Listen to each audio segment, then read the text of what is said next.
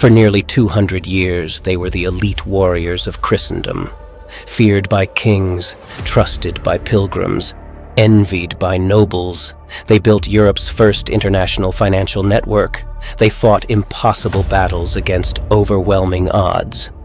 Then, almost overnight, they became heretics. Their leaders were tortured, their wealth confiscated, their order erased, or so history tells us. But did the Knights Templar truly disappear? Or did they simply vanish into legend? The year was 1099. After the First Crusade, Christian armies captured Jerusalem. Thousands of pilgrims began making the dangerous journey to the Holy Land. The problem? Bandits, raiders, Muslim patrols. The roads between the Mediterranean ports and Jerusalem became death traps. Around 1119, a French knight named Hugues de Payens and 8 companions made an extraordinary vow: not to seek glory, not to conquer kingdoms, but to protect pilgrims. King Baldwin II of Jerusalem granted them quarters inside the former Al-Aqsa Mosque, believed at the time to stand upon the site of Solomon's Temple. From this came their famous name, the Poor Fellow Soldiers of Christ and of the Temple of Solomon, or simply the Knights Templar.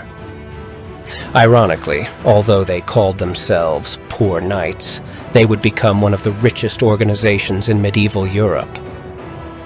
Unlike ordinary knights, Templars followed monastic vows: poverty, chastity, obedience. They lived under a strict rule written with the guidance of Bernard of Clairvaux. Their discipline became legendary.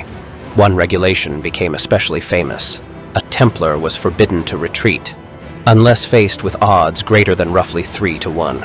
The exact interpretation varied over time, but the principle was unmistakable: stand, fight, die if necessary, never disgrace the order. This fearlessness made the Templars some of the most formidable heavy cavalry of the Middle Ages. One battle often cited is the Battle of Montgisard, where a much smaller crusader force that included Templars defeated the army of Saladin. Popular accounts sometimes claim that around 80 Templars defeated thousands of Saladin's soldiers. The historical picture is more nuanced. The Crusader army as a whole was several thousand strong, and while the Templars played a crucial role, they did not win the battle alone. Even so, their repeated willingness to charge vastly larger armies earned them a reputation that bordered on myth. To opposing commanders. The sight of the White Mantle with its red cross often meant one thing: the hardest fighting had just begun. While the world remembers the Templars for their swords, their greatest innovation may have been financial. Imagine traveling from England to Jerusalem carrying bags of gold. You would almost certainly be robbed. The Templars solved this problem. A pilgrim could deposit money at one Templar house in Europe, receive a coded document, and withdraw equivalent funds in the Holy Land. It functioned much like an early letter of credit. Over time, the order acquired lands, mills, vineyards, farms, and estates across Europe. Kings borrowed from them. Nobles trusted them. Even monarchs relied on their financial expertise. By the early 14th century, the Templars had become not only soldiers of Christ, but one of Europe's most influential financial institutions. Their wealth would become both their greatest strength and their greatest vulnerability. Among those deeply indebted to the Templars was Philip IV of France. His wars had emptied the royal treasury. He had already expelled Jewish communities and seized their property, and he had moved against wealthy Italian bankers. The Templars represented another powerful institution with immense assets and considerable independence. On Friday, October 13th, 1307, the king struck. Across France, hundreds of Templars were arrested in a carefully coordinated operation. The charges were shocking: heresy, idolatry, spitting on the cross, secret rituals. immorality. Whether these accusations reflected reality or political fabrication has been debated for centuries. Most modern historians conclude that the charges were either false or grossly exaggerated, serving political and financial objectives. Confessions soon followed, but there was a terrible reason why. Medieval inquisitorial methods permitted torture under certain conditions.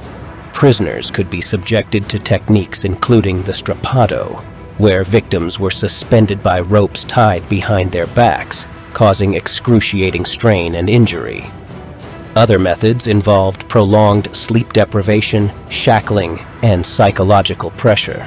While practices varied by region, these techniques were designed to break resistance rather than discover objective truth. Many confessed. Later, when torture ceased, many withdrew those confessions. Some declared publicly, "We lied because we could bear no more." Several Templars who retracted their confessions were condemned as relapsed heretics and burned at the stake. Their final Grand Master, Jacques de Molay, proclaimed the order's innocence before his execution in 1314. Here, history becomes even more intriguing. For centuries, many believed the Church had officially condemned the Templars as guilty. Then historians studying the Vatican archives brought renewed attention to the so-called Chinon parchment. The document indicates that Pope Clement V granted absolution to leading Templars for the accusations they had confessed, suggesting he sought reconciliation rather than treating them as irredeemable heretics. Yet despite this absolution, the Pope later dissolved the order in 1312 under intense political pressure, citing the scandal surrounding it rather than issuing a definitive doctrinal judgment that the order was guilty of heresy. It was a political compromise, not a clear declaration of innocence, nor an unequivocal confirmation of guilt. One of history's greatest mysteries concerns the Templar fleet. Some contemporary records indicate that ships were present at the Templar port of La Rochelle before the arrests. Later traditions claim that part of the fleet disappeared before it could be seized. Did those ships carry treasure, secret archives, surviving knights? No definitive evidence answers these questions. Some theories suggest that Templars found refuge in Portugal, where a successor organization, the Order of Christ, inherited many of their properties and traditions. Others connect the surviving brothers with Scotland or later legends surrounding Freemasonry, though these links remain speculative and are not supported by strong contemporary evidence. The mystery persists because the historical record simply falls silent. Today, Friday the 13th is considered unlucky across much of the Western world. Many associate this superstition with the mass arrest of the Templars on Friday, October 13th, 1307. Historians debate whether the modern superstition truly originated with the Templars, as evidence for that connection appears centuries later. Even so, the coincidence has become one of the most enduring parts of Templar lore. Whether entirely historical or partly legendary, their legacy remains extraordinary. They began as 9 humble knights protecting pilgrims. They became Europe's most powerful military order. They pioneered innovations in finance. They accumulated immense wealth. Then they collided with the ambitions of a king. Their order was destroyed. Their leaders were executed. Yet 700 years later, their symbols remain instantly recognizable. Their story continues to inspire books, films, conspiracies, and debate, because the greatest mystery surrounding the Knights Templar may not be how they lived, but why the world has never stopped searching for them.